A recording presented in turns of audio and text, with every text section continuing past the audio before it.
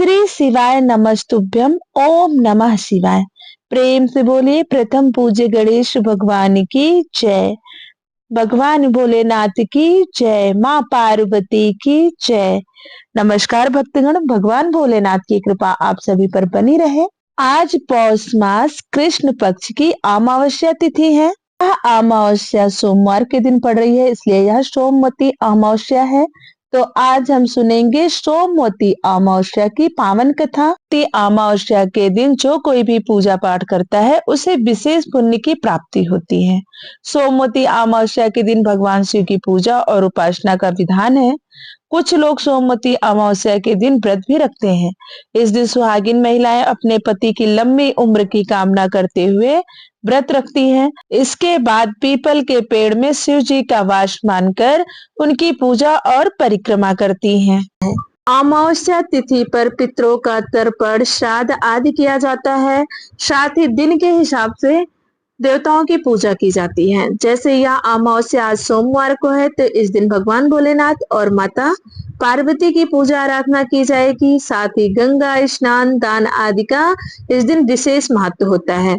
इस दिन अगर सुहागिन महिलाएं व्रत रखकर भगवान भोलेनाथ, माता पार्वती की पूजा करती हैं, तो उनके सभी मनोकामनाएं पूर्ण होती हैं और संतान को लंबी आयु की प्राप्ति होती है। तो आइए मन में भगवान भोलेनाथ और माता पार्वती का स्मरण करते हुए सुनते हैं सोमवती अमावस्या की पावन कथा। एक साहूकार थे जिनके 7 बेटे और 7 बहुएं थी और एक छोटी बेटी भी। साहूकार के घर रोज एक जोगी आता था जिसे साहूकार की बहू भिक्षा देती थी। उस जोगी को जब साहूकार की बेटी भिक्षा देने आती तो वह उससे भिक्षा नहीं लेता था और कहता कि तेरे भाग्य में सुहाग की जगह दुहाग लिखा है। लड़की को उस जोगी की यह बात बहुत बुरी लगती थी और एक दिन वह अपनी माँ से रोते रोते जोगी की बात बताती है। सारी बात सुनकर माँ कहती है कि कल जब जोगी आएगा तब मैं सुनती हूँ कि वह क्या कहता है और क्यों कहता है। अगले दिन फिर जोगी आता है तो साहूकारनी छिप कर बैठ जाती है और लड़की को भिक्षा देने भेजती है। जोगी उससे भिक्षा नहीं लेता और फिर वही बात दोहराता है कि तेरे भाग्य में सुहाग की बजाय दुहाग लिखा है। लड़की की माँ बाहर निकल कर आती है और जोगी से कहती है कि एक तो हम तुझे भिक्षा देते हैं और तू हमें गाली देता है। जोगी कहता है कि मैं गाली नहीं दे रहा हूँ, जो सच है वही कह रहा हूँ। इसके भाग्य में जो लिखा है मैं वही सब सच आपको बता रहा हूँ। सारी बातें सुनकर उस लड़की की माँ कहती है कि जब तुम्हें सारी बात पता है तो इससे बचने का उपाय भी पता होगा, वह भी बता दीजिए। जोगी कहता है कि 7 समंदर पार एक धोबन रहती है जिसका नाम सोना है। वह सोमवती अमावस्या का व्रत करती है। अगर वह आकर इसे फल दे दे तब ही इसका दुहाग टल सकता है, अन्यथा विवाह के समय सर्प काटने से इसके पति की मृत्यु हो जाएगी। सारी बात सुनकर माँ रोने लगी और सोना धोबन की तलाश में निकल पड़ी। रास्ते में चलते चलते तेज धूप पड़ रही थी, जिससे बचने के लिए वह एक पीपल के पेड़ के नीचे बैठ गई। उसी वृक्ष पर एक गरुड़ के बच्चे अपने घोंसले में थे। एक सांप आया और गरुड़ के बच्चों को खाने के लिए लपका, लेकिन साहूकारनी ने उस सांप को मारकर बच्चों की रक्षा की। उसी के कुछ समय पश्चात गरुड़नी आई और सब जगह खून देखकर साहूकारनी को चोट से मारने लगी।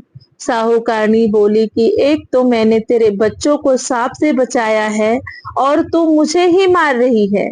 सारी बातें जानने पर गरुड़नी बोली कि तूने मेरे बच्चों की रक्षा की है, इसलिए मांग जो मांगना चाहती है। साहूकारनी गरुड़नी से बोली कि मुझे 7 समंदर पार सोना धोबिन के यहाँ छोड़ दो, और गरुड़नी ने वैसा ही किया। साहूकारनी वहां पहुंच गई, लेकिन सोचने लगी कि इसे कैसे मनाऊं। सोना धोबिन की भी 7 बहुएं थी, लेकिन घर के काम को करने के लिए वह सब आपस में लड़ती झगड़ती रहती थी। रात को जब सब सो जाते तो साहूकारनी आती और चुपके से सारा काम करके उजाला होने से पहले चली जाती।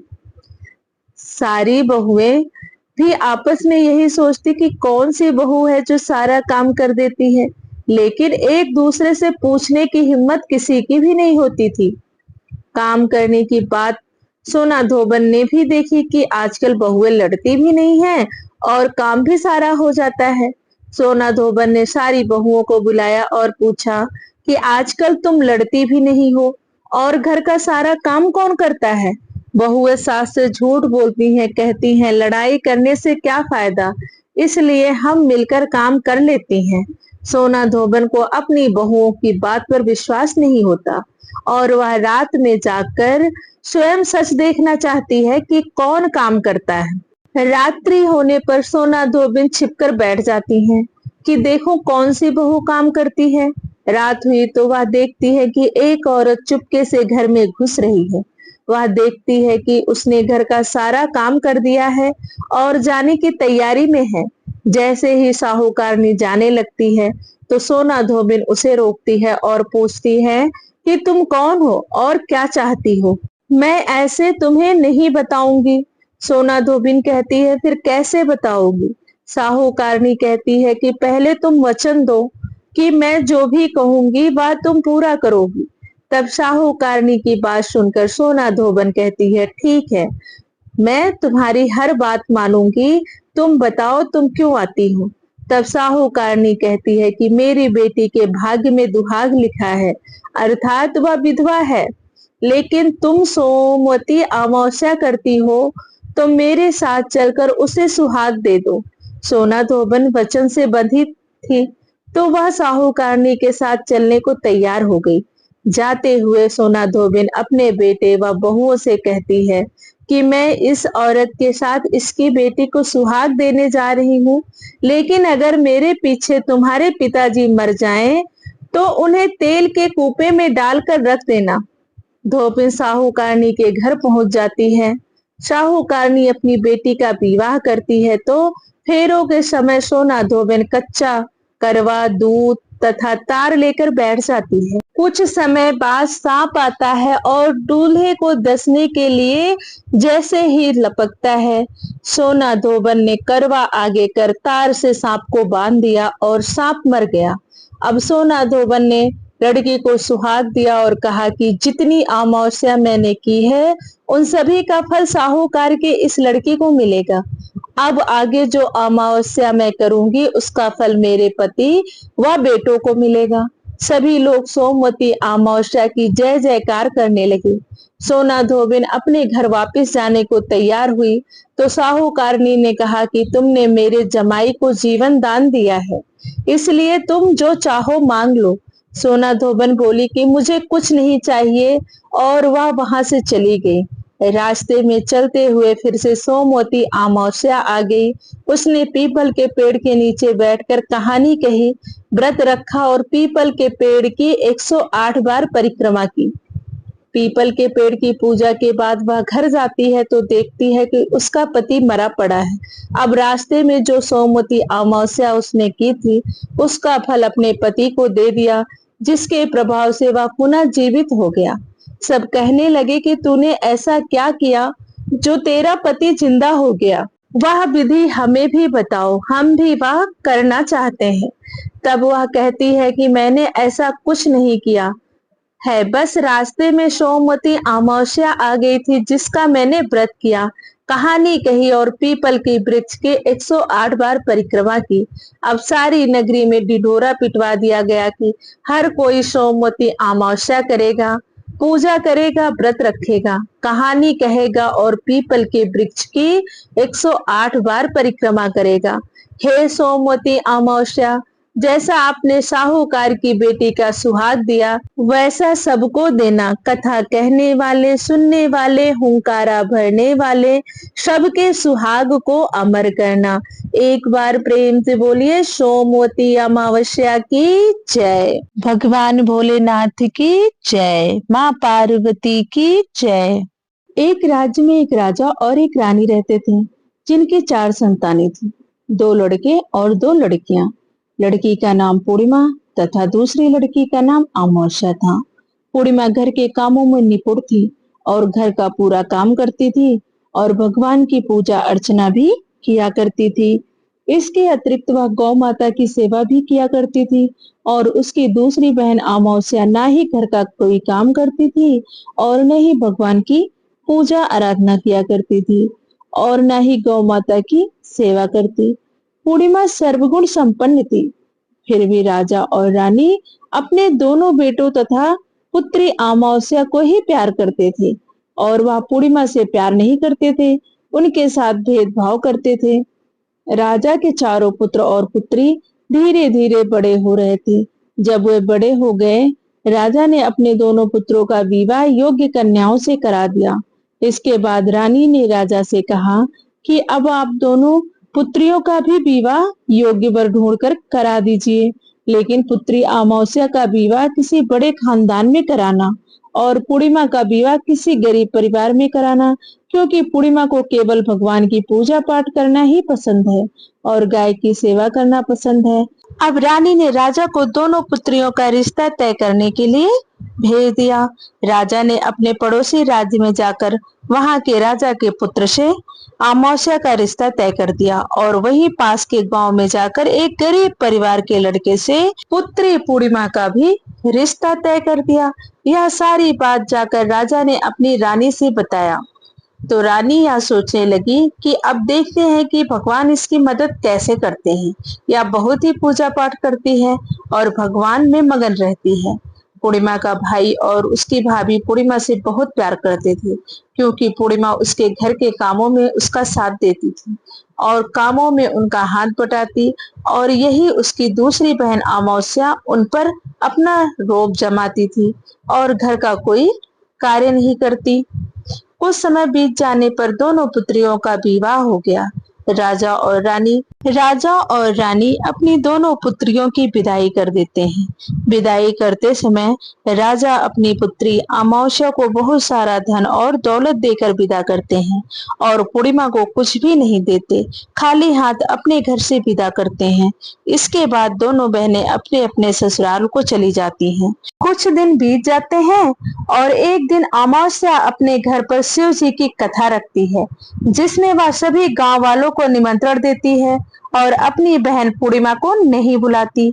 जब गांव की सभी औरतें अमावस्या के यहाँ जाती हैं, तो यह सब दृश्य पूर्णिमा अपने दरवाजे पर बैठकर देख रही होती है।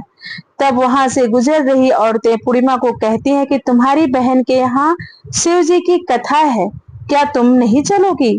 पूर्णिमा ने कहा, मुझे निमंत्रण नहीं आया है, मैं नहीं जा सकती। सभी गांव की औरतों ने पूर्णिमा से कहा, बुलाया नहीं तो क्या हुआ, भगवान शिव की कथा है, तुम हमारे साथ चलो। गांव की सभी औरतों की बात मानकर पूर्णिमा उनके साथ भगवान शिव की कथा में अमावस्या के घर चली जाती है। जब अमावस्या की नजर पूर्णिमा पर पड़ती है, तो वह पूर्णिमा से कहती है कि तुम यहाँ क्यों आई हो, मैंने तो तुम्हें बुलाया ही नहीं था। खैर कोई बात नहीं है, अब तुम आ ही गई हो तो चुपचाप बैठी रहना। और यह कहते हुए अमावस्या ने पूर्णिमा की गरीबी का भी मजाक उड़ाया। पूर्णिमा की आंखों से आंसू आ गए और रोते रोते मन ही मन पूर्णिमा भगवान शिव से विनती करती है, हे भगवान, क्या पूजा पाठ करना गलत है? गौ माता की सेवा करना गलत है? आखिर मेरी गलती क्या है? आप मुझ पर अपनी कृपा दृष्टि कब बनाएंगे? पूर्णिमा बार बार भगवान शिव से यही कहती रहती है। इतने में शिव जी की कथा पूरी हो जाती है और अमावस्या भगवान का प्रसाद बांटने लगती है। वह सभी लोगों को प्रसाद देती है, लेकिन वह पूर्णिमा को प्रसाद नहीं देती। पूर्णिमा बिना प्रसाद के ही अपने घर लौट जाती है। रास्ते में वह यह सोचते हुए चलती है कि यदि बच्चे उससे कथा का प्रसाद मांगेंगे तो वह उन्हें क्या जवाब देगी। उसने सोचा था कि वह अपने मायके, अपने भाई और भौजाई के यहाँ जाएगी और वहां जाते हुए वहां से बच्चों के लिए कुछ लेकर जाएगी। यही मन में विचार करते हुए वह वहां से अपने घर वापस लौट आई। घर वापस लौटकर आने के बाद वह अपने पति और बच्चों से कहती है कि वह अपने मायके जा रही है। पति ने कहा, ठीक है, और कुछ समय के बाद पूर्णिमा अपने मायके के लिए रवाना हो गई। चलते चलते रास्ते में एक चबूतरा आया। उस चबूतरे पर एक तुलसी का पौधा लगा था। उस चौतरे पर एक बूढ़ी अम्मा बैठी थी। वह कोई और नहीं, साक्षात तुलसी माँ थी। उस बूढ़ी माता ने पूर्णिमा से कहा, बिटिया तुम कौन हो और कहाँ जा रही हो? पूर्णिमा अपना परिचय देती है। परिचय देने के बाद बूढ़ी औरत ने पूर्णिमा से कहा कि यहाँ तुलसी का पौधा सूख रहा है, इसमें थोड़ा सा पानी डाल दो और इस चबूतरे की सफाई कर दो, जिससे मुझे थोड़ी ठंडक मिलेगी। पूर्णिमा ने कहा ठीक है माँ, मैं तुलसी के पौधे में पानी डाल देती हूँ और यहाँ की सफाई कर देती हूँ। पूर्णिमा ने साफ सफाई करने के बाद बूढ़ी अम्मा को भी नहला दिया और बूढ़ी अम्मा की भी सेवा की, उनके पैर दबाए और बूढ़ी अम्मा से कहा माँ जी और बताइए मैं आपकी क्या सेवा करूं, और कोई काम हो तो बता दीजिए, मैं कर दूंगी। बूढ़ी अम्मा ने कहा कुछ नहीं, अब तुम जाओ और वापस जाते समय मुझसे मिलते हुए जाना। पूर्णिमा ने बूढ़ी अम्मा से कहा ठीक है माँ जी, वापस जाते वक्त आपसे मिलते हुए जाऊंगी। कुछ समय आगे चलने के बाद एक शिव मंदिर आया। वहां पर एक बूढ़े बाबा मिले जो मंदिर के बाहर बैठे हुए थे। वह कोई और नहीं, साक्षात भोलेनाथ थे। उन्होंने पूर्णिमा से कहा कि कहाँ जा रही हो बेटी, तुम कौन हो? तब पूर्णिमा ने अपने परिचय दिया। फिर उस बूढ़े बाबा ने पूर्णिमा से कहा इस चबूतरे की और इस मंदिर की सफाई कर दो। तब पूर्णिमा ने मंदिर और चबूतरे की सफाई कर दी और वहां पर पूजा पाठ अर्चना भी की, और साफ सफाई पूजा अर्चना करने के बाद उन्होंने बूढ़े बाबा को भी नहला दिया और उनसे कहा कि बाबा और कोई काम हो तो बताइए। तब बूढ़े बाबा ने कहा नहीं बेटी, अब तुम जाओ और वापस आते वक्त मुझसे मिलते हुए जाना। पूर्णिमा ने कहा ठीक है बाबा, मैं जाती हूँ, वापस आते हुए आपसे मिलते हुए जाऊंगी। आगे चलते चलते कुछ दूर चलने के बाद पूर्णिमा को एक काली जी का मंदिर दिखा। वहां भी एक बूढ़ी अम्मा चबूतरे पर बैठी हुई थी। उस बूढ़ी औरत ने पूर्णिमा से कहा बेटी तुम कौन हो, कहाँ जा रही हो? तब पूर्णिमा ने उस बूढ़ी औरत को भी अपना परिचय दिया। बूढ़ी औरत ने पूर्णिमा से कहा कि यहाँ पर सभी पूजा पाठ करने आते हैं, लेकिन मंदिर की साफ सफाई करने के लिए कोई नहीं आता, इसलिए तुम मंदिर और चबूतरे की साफ सफाई कर दो। पूर्णिमा ने कहा ठीक है माता जी, और पूर्णिमा मंदिर और चबूतरे की साफ सफाई कर देती है और पूजा पाठ भी करती है और माता जी का श्रृंगार कर देती है और उस बूढ़ी अम्मा को भी नहला देती है और बूढ़ी अम्मा के पैर दबाती है और कहती है कि सभी काम हो गया है माँ जी, और कोई काम हो तो बताइए। बूढ़ी अम्मा कहती है कि नहीं बेटी, और कोई काम नहीं है बेटी, अब तुम जाओ, लेकिन वापस जाते वक्त मुझसे मिलते हुए जाना। पूर्णिमा कहती है ठीक है और वह आगे चली जाती है। आगे चलते चलते एक नदी आती है।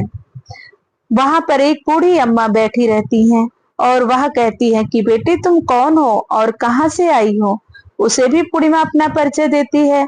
बूढ़ी औरत पूर्णिमा से कहती है कि नदी पर स्नान करने तो यहाँ पर सब आते हैं, लेकिन यहाँ की साफ सफाई कोई नहीं करता, इसलिए तुम इस किनारे पर साफ सफाई कर दो। तो पूर्णिमा कहती है ठीक है माँ जी, और वहां की साफ सफाई कर देती है और उस बूढ़ी अम्मा के पैर दबाती है और कहती है माँ जी और कोई काम हो तो बताइए। बूढ़ी औरत कहती है कुछ नहीं बेटी, तुम जाओ, लेकिन वापस जाते वक्त मुझसे मिलते हुए जाना।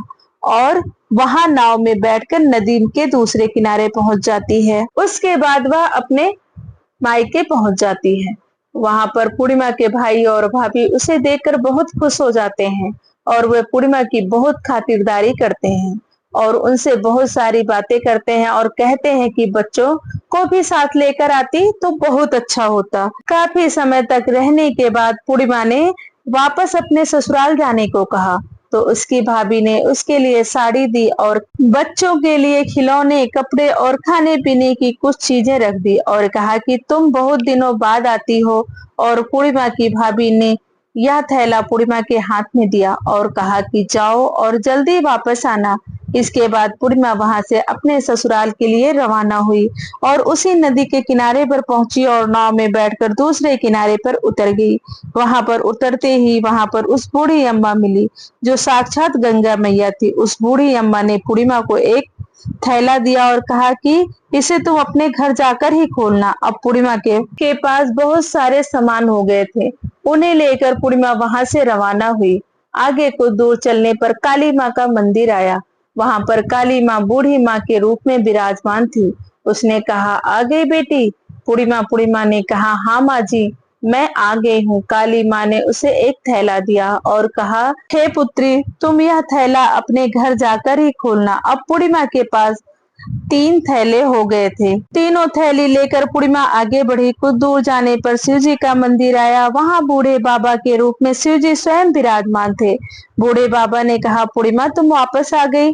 पूर्णिमा ने कहा, हाँ बाबा, मैं वापस आ गई। बूढ़े बाबा ने पूर्णिमा को एक थैला दिया और कहा, यह थैला तुम घर जाकर ही खोलना। पूर्णिमा ने कहा, ठीक है बाबा। अब पूर्णिमा के पास 4 थैले थे। अब पूर्णिमा 4 थैले को कैसे ले जाती? उसने एक पुरानी साड़ी निकाली और उन सभी थैलों को एक गट्ठा बना लिया और सर पर रख कर वहां से रवाना हुई। कुछ दूर जाने पर उसे तुलसी माँ बूढ़ी औरत के रूप में मिली और कहती हैं, पूर्णिमा तुम आ गई? पूर्णिमा ने कहा, हाँ माँ जी, मैं आ गई। वह बूढ़ी औरत भी उसे एक थैला देती है और कहती है, यह थैला तू अपने घर जाकर खोलना। पूर्णिमा कहती है, ठीक है माँ जी। अब पूर्णिमा के पास 5 थैले हो गए थे। पूर्णिमा वहां से रवाना हो गई तो वापस घर पहुंच गई। पूर्णिमा ने गट्ठर को नीचे रखा और सबसे पहले अपने मायके के थैले को खोलकर देखने लगी। बच्चे के लिए अच्छे अच्छे कपड़े और खाने पीने की चीजें थी और उनमें कुछ गहने भी थे। पूर्णिमा ने कपड़े अपने बच्चों को दे दिए और खाने पीने की चीजें भी बच्चों को दे दी। बच्चे यह सब पाकर बहुत खुश थे। अब पूर्णिमा ने दूसरा थैला खोला जो उसे गंगा मैया ने दिया था। उसमें ढेर सारे पैसे, हीरे जवाहरात, सोना चांदी आदि थे। इसके बाद पूर्णिमा ने तीसरा थैला खोला जो उसे काली माँ ने दिया था। उसमें बहुत सारा सोना श्रृंगार का सामान भरा था। इसके बाद पूर्णिमा ने चौथा थैला खोला जो उसे भगवान शिव ने दिया था। उसमें बहुत सारा धन संपत्ति से भरा था और बहुत सारी खुशियां भरी हुई थी। इसके बाद अब पूर्णिमा ने पांचवा थैला खोला जो उसे तुलसी माँ ने दिया था। उसमें चावल, दाल और 7 प्रकार की खाने की चीजें से भरा पड़ा था। अब पूर्णिमा के घर में किसी भी चीज की कमी नहीं थी। उसका घर धन धान्य से भरा हुआ था और परिपूर्ण था। अब पूर्णिमा और उसका परिवार सुख से जीवन व्यतीत करने लगा। अब पूर्णिमा के मन में विचार आया, क्यों न शिव जी की कथा कराई जाए। उसने शिव जी की कथा कराई। शिव जी की कथा के लिए एक कार्यक्रम रखा। पूर्णिमा ने गांव के सभी लोगों को निमंत्रण दिया और घर घर जाकर सभी लोगों को बुलाया। पूर्णिमा अपनी बहन अमावस्या के घर भी गई और अमावस्या को भी शिव जी की कथा के लिए अपने घर पर बुलाया। जब अमावस्या पूर्णिमा के घर शिव जी की कथा में आई तो उसने देखा कि पूर्णिमा के घर पर किसी भी चीज की कोई कमी नहीं है। इतना सारा धन दौलत देखकर अमावस्या आश्चर्यचकित हो गई। उसने पूर्णिमा से कहा कि तुम्हारे घर में इतना धन दौलत कहाँ से आया? और पूर्णिमा ने कहा, देखो बहन, तुमने शिव जी की कथा में मुझे नहीं बुलाया, फिर भी मैं चली आई। तुमने मुझे प्रसाद तक नहीं दिया और मेरी गरीबी का मजाक भी उड़ाया। उसके बाद से मैं अपने घर आ गई और घर से आते ही मन सोच रही थी कि अपने मायके जाऊंगी और मैं अपने मायके चली गई और जो कुछ घटना इस बीच हुई सभी घटना अपनी बहन अमावस्या को बताती है। तो अमावस्या कहती है कि तुम भी मुझे प्रसाद मत दो और मुझे डांट दो। लेकिन पूर्णिमा ने कहा कि यह तो भगवान का प्रसाद है, मैं तो सबको दूंगी और तुम्हें भी दूंगी। फिर भी अमावस्या ने प्रसाद नहीं लिया। वह सीधे अपने घर चली गई। घर जाकर अपने बच्चों से कहकर कि वह अपने मायके जा रही है, तैयार हो गई और अपने मायके के लिए निकल गई। उसे भी रास्ते में चलते चलते तुलसी माँ मिली जो चबूतरे पर बूढ़ी माँ के रूप में बैठी हुई थी। बूढ़ी माँ ने अमावस्या से कहा, बेटी कौन हो तुम और कहाँ जा रही हो? अमावस्या ने अपना परिचय दिया। बूढ़ी माँ ने कहा, बेटी यह तुलसी का पौधा सूख रहा है, इसमें थोड़ा सा पानी डाल दो और इस चबूतरे की सफाई कर दो। इस पर अमावस्या ने कहा, बुढ़िया तुझे दिखाई नहीं दे रहा है मैं इतनी महंगी साड़ी पहन रखी हूँ, या गंदी हो जाएगी? ऐसा कहकर वह वहां से आगे चली गई। आगे जाने पर उसे भगवान शिव मिले जिसे उसने ऐसा ही कहा। उसके बाद आगे जाने पर काली माँ मिली जिनसे भी उसने यही बात कही। आगे जाने पर उसे गंगा माँ मिली, उनसे भी उसने यही बात कही। इसके बाद अमावस्या जब नाव पर बैठने लगी तो उसे नाव में फूलों की जगह कांटे भरे थे जो उसके पैरों में चुभ रहे थे। किनारे पर उतरकर वहां से अपने मायके चली गई। जब वहां उसे उसकी भाभीियों तथा भाइयों ने देखा तो मन ही मन कहने लगे कि काम की ना काज की, ढाई मन अनाज की। अब आ जा, आ गई है तो ठीक है। पूर्णिमा तो हमारे कामों में हाथ भी बटाती थी, या कोई काम नहीं करेगी। अब उन्होंने खाना बनाया और खा पी कर सो गए। अमावस्या जब सुबह उठी और अपनी भाभीियों से कहा कि मैं अपने ससुराल जा रही हूँ। उन्होंने कहा ठीक है जाओ। अमावस्या बोली पूर्णिमा को तो तुमने एक थैला दिया था और मुझे कुछ नहीं दोगे क्या? भाई और भाभी ने कहा तुम घर जाओ, थैले तुम्हारे घर पहुंच जाएंगे। फिर अमावस्या वहां से निकल गई और नदी के किनारे पर पहुंची।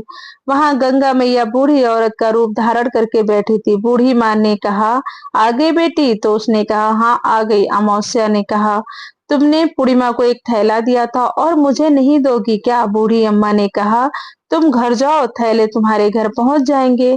इसके बाद आगे जाने पर उसने काली माँ मिली, जिसने अमावस्या को यही कहा। इसके बाद आगे जाने पर शिव भगवान मिले, उन्होंने अमावस्या से यही कहा। इसके बाद जाने पर तुलसी माँ मिली, उन्होंने भी यही कहा तुम घर जाओ, थैले तुम्हारे घर पहुंच जाएंगे। अमावस्या अपने घर पहुंच गई और आंगन में देखा तो वहां पर 5 थैले पड़े थे। अमावस्या ने मन ही मन सोचा अब तो मेरे बहुत सारे धन हो जाएंगे, और यह सोचकर वह जल्दी जल्दी उन थैलों को खोलना शुरू करी। किसी में मिट्टी थे तो किसी में पत्थर, किसी में कंकड़ और किसी में कोयला। यहाँ तक कि उसके मायके से भी कुछ नहीं मिला। इन थैले में कुछ भी नहीं था। अमावस्या दौड़ती हुई पूर्णिमा के घर गई और कहती है कि तुम्हें तो इतना सब कुछ मिला, मुझे तो कुछ नहीं मिला, आखिर क्यों? तो पूर्णिमा कहती है कि मैं अपने मायके जाती हूँ तो अपनी भाभीियों के साथ कामों में हाथ बटाती हूँ, लेकिन तुम ऐसा कुछ नहीं करती, उनकी इज्जत भी नहीं करती, इसलिए वह तुम्हें भला क्या देंगे? इसके बाद तुमने गंगा मैया को ठुकरा दिया और काली माँ को भी ठुकरा दिया और भगवान शिव को भी तुमने ठुकरा दिया, इसलिए उन्होंने भी तुम्हें कुछ नहीं दिया। अमावस्या कहती है कि बहन तुम मुझे माफ कर दो, मैं तुम पर हमेशा अत्याचार करती हूँ, मुझे कुछ भी नहीं मिला तो कोई बात नहीं, मैं भी भगवान की भक्ति करूंगी और सब कुछ प्राप्त कर लूंगी, मुझे इन सब चीजों का रहस्य बताओ। तो पूर्णिमा ने कहा कि तुम 3 सूत्र का ज्ञान ले लो, उसकी कथा करना। पहले सूत्र में दया मांगना और दूसरे सूत्र में कथा मांगना और तीसरे सूत्र में 108 बार ओम नमः शिवाय का जाप करना। बहन भगवान ने यह सूत्र दिए हैं, इनको अपने हृदय में बसा लेना। मैं भी यही 3 सूत्र अपने जीवन में अपनाए हैं और सच्चे मन से भगवान की भक्ति पूजा पाठ की थी। फिर भगवान ने मुझे यह सब कुछ दिया और तुम्हारे पास जो कुछ भी है वह भी सब खत्म हो गया। इसके बाद अमावस्या अपने घर गई और भगवान का पूजा पाठ करने लगी। भगवान शिव से उसने माफी मांगी और गौ माता की सेवा भी की और दूसरों की मदद भी करने लगी, जिससे भगवान प्रसन्न हुए और उसके घर में नाना प्रकार के भी सुख उत्पन्न हो गए। प्रेम से बोलिए भगवान भोलेनाथ की जय, पार्वती की जय, सोमवती अमावस्या की जय। दोस्तों यह थी सोमवती अमावस्या की पावन कथा। अगर आपको कथा अच्छी लगी हो तो प्लीज वीडियो को लाइक करें, शेयर करें और चैनल को जरूर सब्सक्राइब कर लें।